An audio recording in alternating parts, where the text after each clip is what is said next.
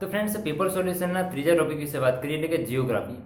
તો friends actually જીઓગ્રાફીના lecture આપણા તરફથી હજી પ્રોવાઈડ કરવામાં આવેલ નથી, પરંતુ તમારી તૈયારી કયા પ્રકારની છે, કયા પ્રકારે તમારો રિસ્પોન્સ મળે છે અને તેના કારણે અમારે કયા પ્રકારના લેક્ચર પ્રોવાઈડ કરવા જોઈએ, બસ એની જ માહિતી મળે એટલા માટે મેં આ લેક્ચર એટલે કે આ ટોપિક એડ કર્યો હતો. Right, okay friends. તો જીઓગ્રાફીમાં તમને ટોટલી 4 ક્વેશ્ચન પ્રોવાઈડ કરવામાં આવ્યા હતા. એમાં તમને એક એસે અને 3 વૈકલ્પિક પ્રશ્નોની ચર્ચા કરી. તે આપણે પહેલાં ચર્ચા કરીશું as it is essay question વિશે. તો તમારો એસે ક્વેશ્ચન કંઈક આ પ્રકારે હતો કે ભારતના બંદરો ઐતિહાસિકથી આધુનિકતા સુધીના શોર્ટમાં ચર્ચા કરવાની હતી કંઈક. તો ફ્રેન્ડ્સ ભારતના બંદરો એ એકચ્યુઅલી વ્યાપારિક રીતે અર્થવ્યવસ્થા ગણો કે પછી ભારતની ભૂગોળ ગણો કે કોઈ પણ સ્ટેટની ભૂગોળ ગણો, દરેકને અનુલક્ષીને એક ચોક્કસ પ્રકારની પ્રાયોરિટી ધરાવે છે, ચોક્કસ પ્રકારનું સ્થાન ધરાવે છે, એ તમે જાણો છો. રાઈટ. તો ફ્રેન્ડ્સ અહીંયા પ્રશ્ન કંઈક એ પ્રકારે છે કે ઐતિહાસિકથી આધુનિકતા તરફ. તો સ્વાભાવિક વસ્તુ છે કે ફ્રેન્ડ્સ ઐતિહાસિક એટલે કે શરૂઆત ક્યાંથી થઈ હતી આપણો મેઇન પ્રશ્ન હોવો જોઈએ, અને આધુનિકતા તરફ. હવે આધુનિકનો એરા, દરેક પ્રકારનો ચોક્કસ પ્રકારનો એરા હોય છે. જેમ આપણે વાત કરીએ કે જ્યારે પ્રાચીન ઇતિહાસ, મધ્યકાલીન ઇતિહાસ અને આધુનિક ઇતિહાસ, આપણે ત્રણેય સમજીએ તો પ્રાચીન ઇતિહાસને આપણે ક્યાંથી કેન્દ્રમાં લઈને ચર્ચા કરી છે? તો જનરલી આપણે સિંધુ ઘાટી સભ્યતા, મૌર્ય સામ્રાજ્ય અને ગુપ્ત સામ્રાજ્ય, બરાબર. તે જ રીતે મધ્યકાલીનની વાત કરીએ તો કે દિલ્હી સલ્તનત હોય, ખિલજી સલ્તનત હોય, ખિલજી વંશ હોય, બરાબર. આને કેન્દ્રમાં લઈને ચર્ચા કરીએ છીએ. અને આધુનિકતાને ક્યાંથી સમજીએ છીએ? તો જનરલી આપણે અલગ અલગ એના એરા છે. ઔરંગઝેબના મૃત્યુ પછી વાત થાય છે, ક્યાંક વળી 1857ના સ્વાતંત્ર્ય સંગ્રામ પછી વાત થાય છે, ક્યાંક વળી યુરોપીય પ્રજાના આગમનથી. આમ અલગ અલગ પ્રકારના ટોપિકને અલગ અલગ કેન્દ્રમાં રાખીને ચર્ચા કરવામાં આવે છે. તો સ્વાભાવિક વસ્તુ છે કે ભારતના બંદરો ખૂબ જ મહત્ત્વના છે, તો તેની ચર્ચા ક્યાંથી આપણે કરવી એ પણ એક મહત્ત્વનો ક્વેશ્ચન છે. આપણે જનરલી એક બીજી વસ્તુ પણ એડ કરી શકીએ કે સિંધુ ઘાટી સભ્યતા દરમિયાન પણ જે વ્યાપારિક ચર્ચાઓ થતી હતી, વ્યાપારિક રીતે જે વિદેશી સંસ્કૃતિ સાથે વ્યાપાર થતા હતા, તેનો પણ મુદ્દો ચર્ચી શકીએ. પરંતુ ફ્રેન્ડ્સ અહીંયા ડિફરન્ટ એ છે કે એ સમયગાળા દરમિયાન ભલે જહાજનો ઉપયોગ થતો હોય, પરંતુ બંદરો ન હતા. બંદર એટલે શું કે ચોક્કસ સ્થળને આપણે માર્ક કરીને ત્યાંથી જ આપણે લેવડ દેવડ થાય તે, બરાબર. તો એક આ મહત્ત્વનો ટોપિક છે કે જેને આપણે હવે ચર્ચવાનું છે કે શરૂઆત ક્યાંથી થઈ હતી. હા, તો ફ્રેન્ડ્સ આપણો ક્વેશ્ચન હતો કે શરૂઆત ક્યાંથી થઈ હતી ઐતિહાસિકતાથી આધુનિકતા તરફ ભારતના બંદરો. તો ભારતના બંદરો જે ઐતિહાસિકની વાત કરીએ તો કે સાતવાહન યુગ અને ચોલ વંશ આ સમયગાળા દરમિયાન ખૂબ જ મહત્ત્વ ધરાવતું હતું, અને ત્યાંથી જ જે વ્યાપારિક રીતે ખૂબ જ શરૂઆત થઈ હતી.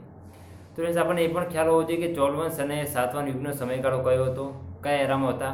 રાઈટ, એની આપણે ચર્ચા કરીશું. પણ તમને એક હિન્ટ આપી દઉં કે જેમ આપણે અગાઉ ચર્ચા કરી કે આપણે કોઈ પણ ટોપિકને કેન્દ્રમાં રાખીને આપણે સમજીએ છીએ કે આ વસ્તુ પછી આ થયું હતું. તે જ રીતે મૌર્ય સામ્રાજ્ય તરત બાદ થોડા સમયગાળા બાદ આ ચોલ વંશ અને સાતવાહન યુગનો સમયગાળો શરૂ થયો હતો. તેની વચ્ચે કેટલાક રાષ્ટ્રકુળો આવી જાય છે, ચોલુક્ય વંશ આવી જાય છે, બરાબર, શિશુનાગ વંશ, આ બધું આવી જાય છે. પછી આ સમયગાળો શરૂ થાય છે ચોલ વંશ. રાઈટ. તો આપણે કહી શકીએ કે ગુપ્ત સામ્રાજ્ય પછીનો સમયગાળો અને દિલ્હી સલ્તનતનો પહેલાંનો સમયગાળો એટલે કે આ આપણો સાતવાહન યુગ અને ચોલ વંશનો સમયગાળો, બરાબર. તો આ સમયગાળા દરમિયાન ભારતના બંદરોનું શરૂઆત થઈ હતી. તો આ વાત થઈ ફ્રેન્ડ્સ ઐતિહાસિકની. સામાન્ય ચર્ચા કરવાની છે, ડીપમાં આપણે પછી ટોપિક વાઇઝ ચર્ચા કરીશું ઇતિહાસમાં. હવે આપણે વાત કરીએ કે મધ્યનો સમયગાળો એટલે કે બ્રિટિશ યુગનો સમયગાળો. તો બ્રિટિશ યુગના સમયગાળામાં એક મહત્ત્વનું છે કે જહાજરાની પરિવહન યોજના. જહાજરાની પરિવહન યોજના શું છે? તો કે British India steam navigation company, British India steam navigation કંપનીની સ્થાપના કરવામાં આવી હતી. ક્યારે કરવામાં આવી હતી? 1854માં. તો 1854માં British India steam navigation company દ્વારા જહાજરાની પરિવહન યોજના લોન્ચ કરવામાં આવી. ત્યારથી જ આ થોડુંક વધુ જે કહી શકાય કે લેવડ દેવડ વ્યાપારિક રીતે જહાજની માંગ વધી અને તેના જ કારણે ખૂબ જ ચર્ચામાં આવ્યું અને આપણે તેનો ઉપયોગ વધુ શરૂ કરતા થયા. રાઈટ.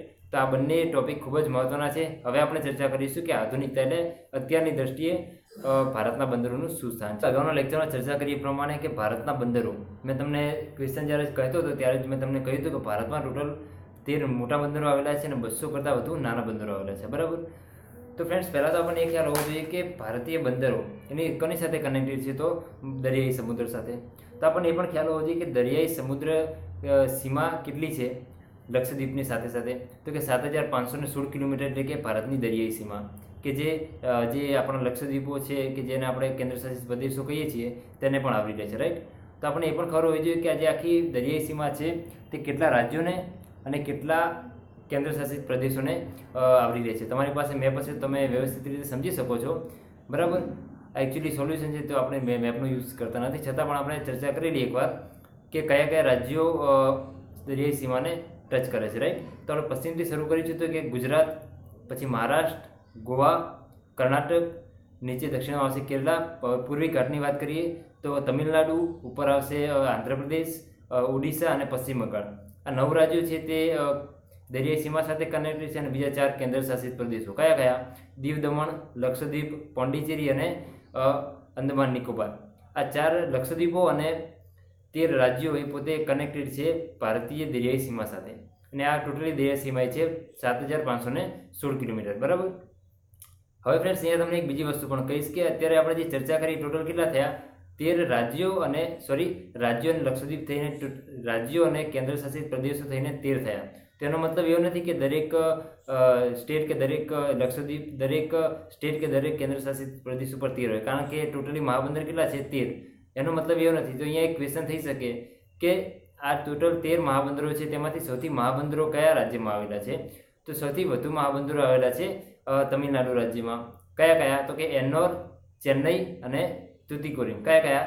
એન્નોર, ચેન્નઈ અને તુતિકોરિન, આ 3 મહાબંદરો છે એ આવેલા છે તમિલનાડુમાં.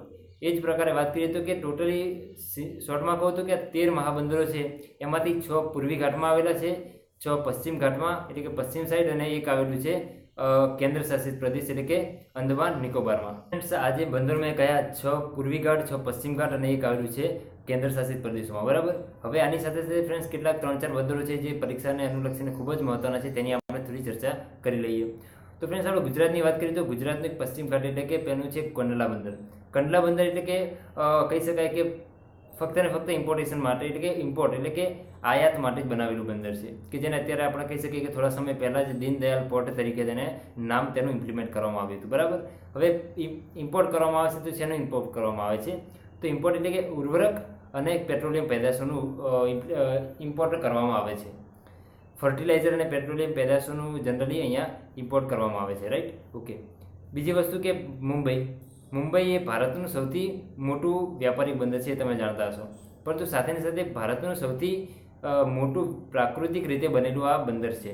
હવે પ્રાકૃતિક અને કૃત્રિમમાં ડિફરન્સ શું છે? તો પહેલી વસ્તુ તો એ કે બંદર બનવા માટે આપણે શું જરૂર પડે કે સમુદ્ર તટની.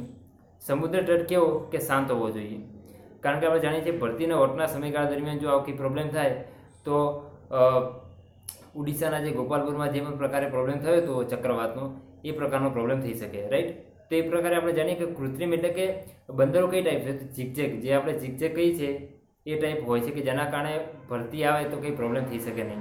તો આ જ પ્રકારે મુંબઈનો જે આકાર છે એ આ ટાઈપ્સનો છે, તે તમે મેપ દ્વારા સમજી શકશો વધુ વ્યવસ્થિત રીતે, અને તેના જ કારણે તે ફ્રેન્ડ્સ ખૂબ જ ઉત્કૃષ્ટ બંદર છે અને તેને કારણે તે વ્યાપારિક ક્ષેત્રે ખૂબ જ મહત્વનું છે.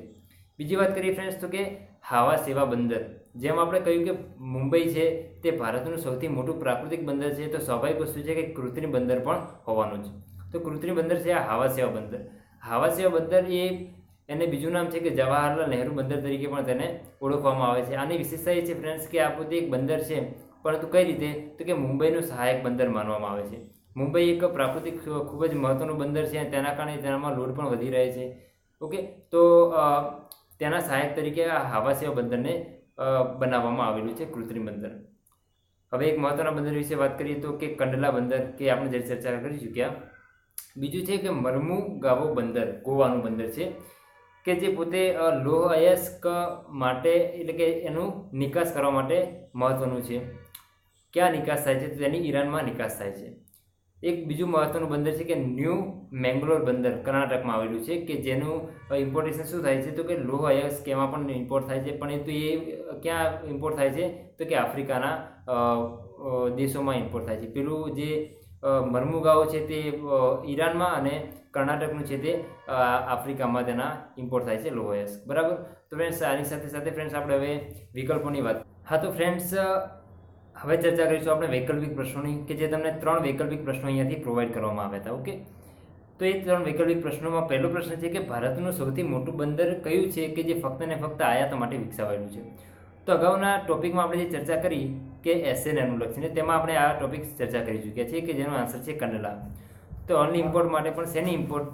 તો ઉર્વરક અને પેટ્રોલિયમ પેદાશોની આ બંનેની ઇમ્પોર્ટ કરવા માટે સ્પેશિયલી આ બંદર વિકસાવાયેલું છે કે જેનું નામ બદલીને અત્યારે દીનદયાળ ઉપાધ્યાય પોર્ટ પણ રાખવામાં આવેલું છે. બરાબર.